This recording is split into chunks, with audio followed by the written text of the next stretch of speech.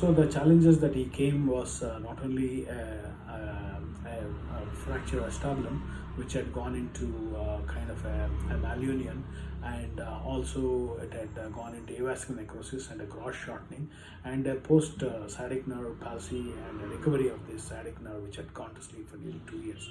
So I had to keep all these parameters into account and see what should be done. As I always say throughout the world, and particularly in India, that primary surgery is a science. You can use robot, you can do accurate things, you can get predictable results. But revision surgery, what I'm describing in this series, is an art, and it needs proper training and hands-on training with a mentor who has really done these kind of surgeries, many thousands of that, so that you can learn this art and do it. So we were in the field of art. So a lot of decision had to be made whether I had to lengthen it.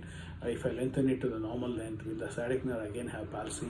So I should not probably do that. So those thoughts of were running in my mind, and I had to make sure that all these things are taken into care, and I don't go blindly into the surgery.